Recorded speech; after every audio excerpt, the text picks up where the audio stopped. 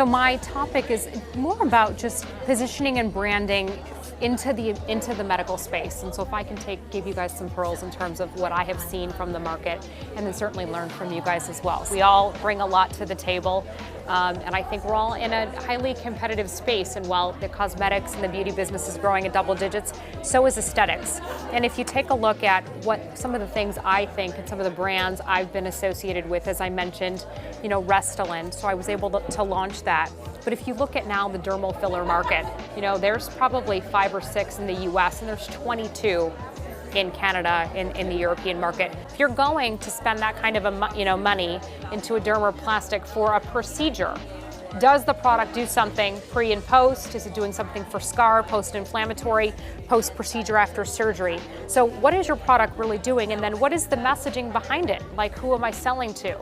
Does the packaging, so I'd love to get your input when we kind of open it up in terms of, and these were all for my house, right? I'm kind of a product junkie, but people give it to me. They want me to try it, they want me to look at it, and then you look at pricing, and then what does it do? And it's really very fascinating to me, because I don't come from skincare, but I see what doctors are using, why and why not.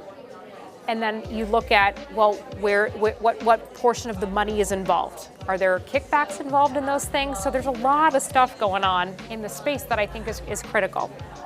So we talked a little bit about these, but I would be curious, you guys are all in competitive spaces. I've had more people at my table that do packaging, right? Packaging. How do you differentiate packaging, right? I brought all these on purpose because I don't know what you guys think. I'd love to see what you guys think for all this packaging. It's all different. It's probably, right, sold in different channels and gravitating toward a different market. But when I look at packaging or products that are all similar, how do you guys differentiate yourselves in that realm? It is hard to differentiate when a lot of it is just coming from, another vendor that's actually making the cartons. Sexy is a pretty good idea. You can look at that. It's pretty differentiated. Absolutely. Right.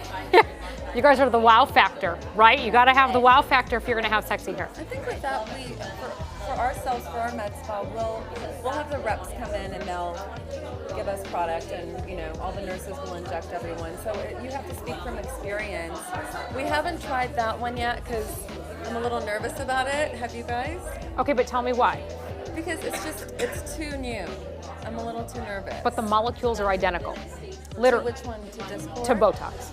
To Botox. So your learning curve would have been from Dysport because the molecules, the dosing, the dilution, it's totally different. Right. Xeomin is equivalent to Botox, exactly the same.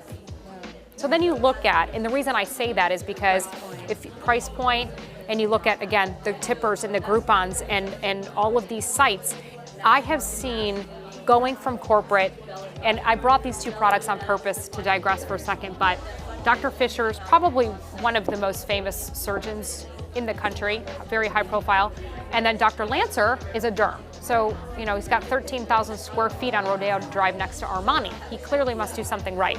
But if you look at what they try to sell, then you look at where his products got endorsed by Oprah, and Dr. Fisher sells his on QVC. Totally different markets, very different packaging, very different branding, different price points.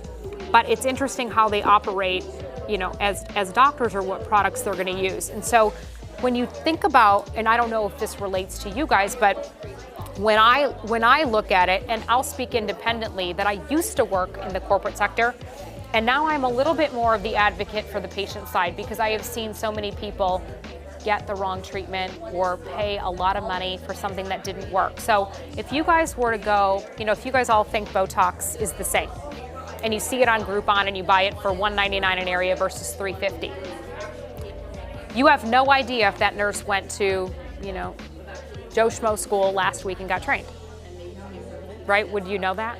And it's very scary for the normal consumer. And now there's 3 neurotoxins on the market. And so one of the things I want to kind of gather information too as it relates to branding new products, whether you're looking at lipo or those type of products, how do you get around the competitive space, and what part of the education perspective is it relevant to the consumer?